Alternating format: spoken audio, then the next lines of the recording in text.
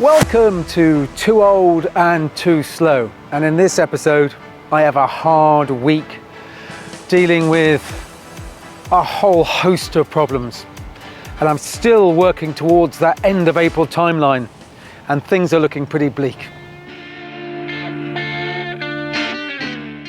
So thank you for joining me here in Miami. Whilst it's nice here, I kind of wish I was back in my workshop on the South Coast. This week, I've got a lot to do. The main effort is to try and install a fire extinguisher system, look at the plumbing for the engine, connect the engine to the gearbox, but there's a problem. The gearbox won't currently fit on the engine, so I've got to try and work out how to get the gearbox attached to the engine.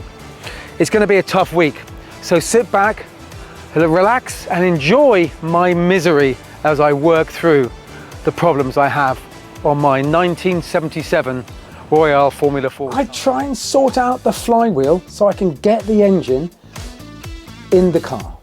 Well, we've had a little bit of success. This is the old flywheel. That focus, as you can see.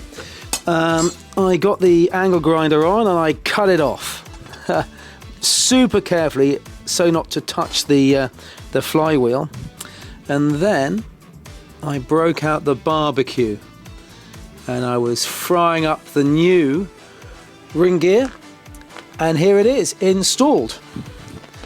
It's still pretty hot, and as you can see, that is spot on.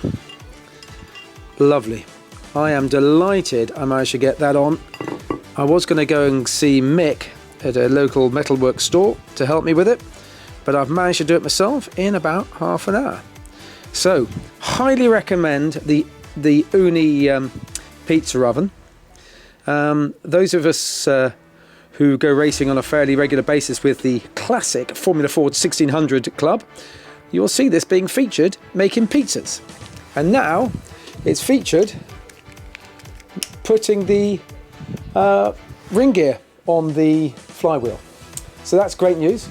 So now I've got to put this back on the engine. Super important to get this right.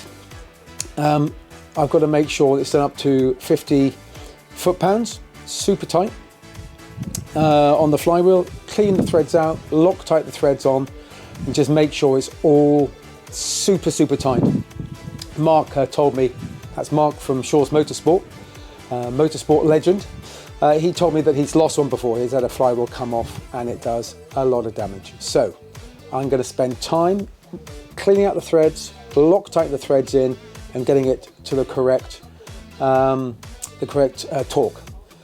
Right, so that's the next job. So quick check of the requirements. Torque wrench is all set. Right, let's get these done in a star pattern and get it tight. So now I've got to align the clutch and attach that to the flywheel. So luckily I have a clutch alignment tool that I don't think I've ever used. So I'm going to learn how to use that and align the clutch. Right, so universal clutch alignment tool. Instructions on the back. That's good. So I've attached this to hold the clutch tight in position, and I'm just putting the bolts on. Once it's in nice and tight, I'll slacken this off, tighten the bolts up, and it should be in place.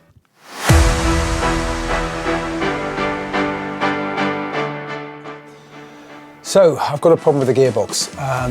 I was trying to fit it onto the engine, and then I noticed something was wobbly.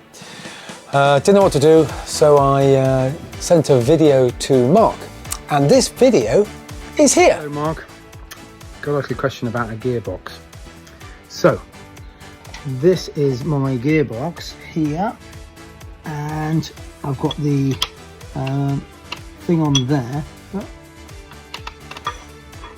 Surely this can't be right. Feels like something has come undone in there. Any advice?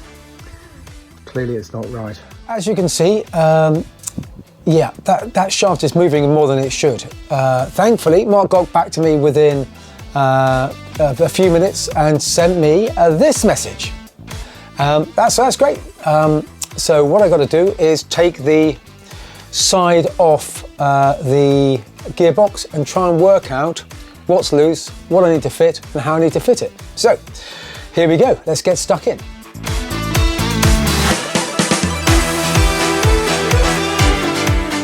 Okay, and you see me wrestle this off, the side plates come off, and look at this. This bit here has come loose.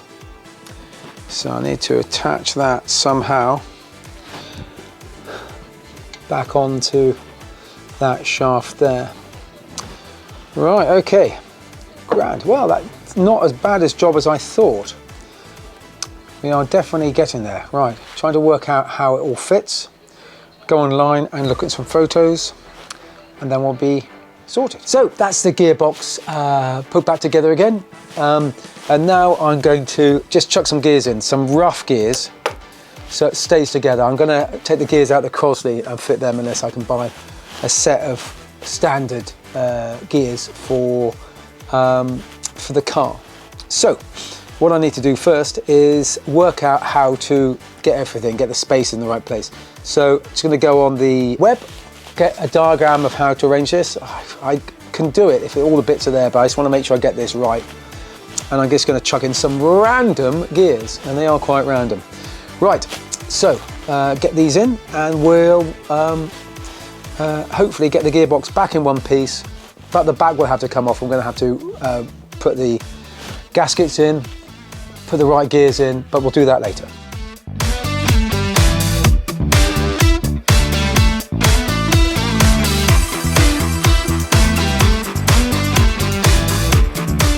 So I got a fire extinguisher, which I've got to install somehow.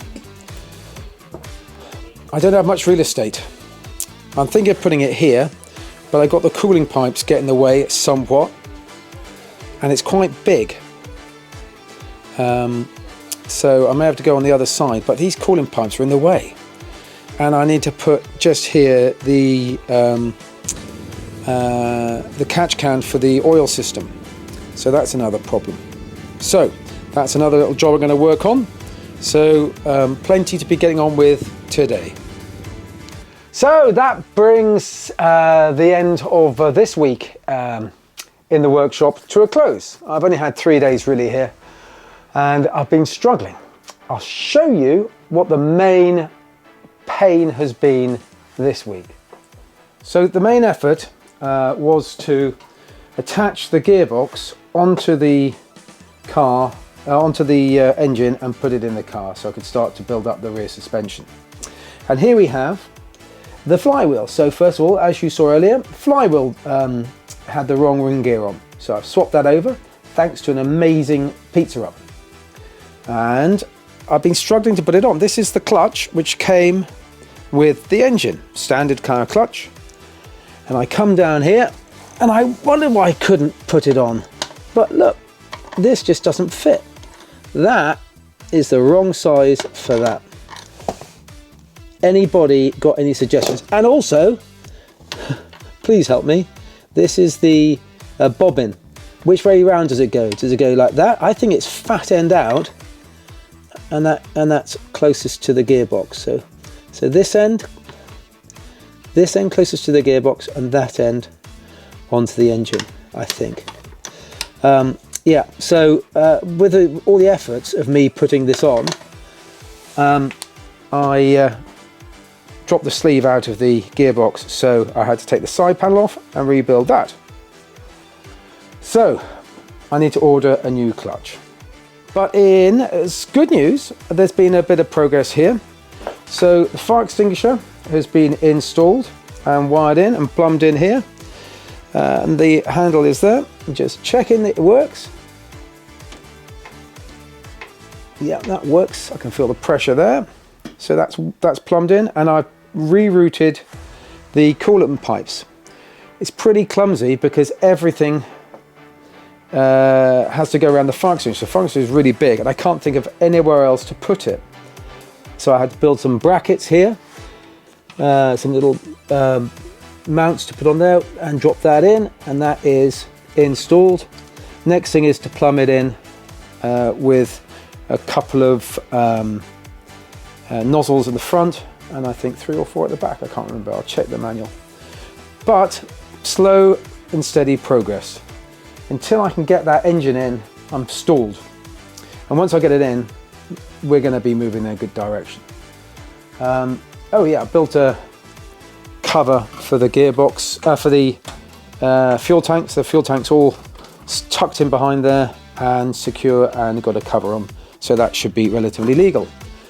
New RPM gauge, got that for a stat gauge, really pleased, second hand, cut 100 quid. So that is almost done up here in the dashboard area. Progress.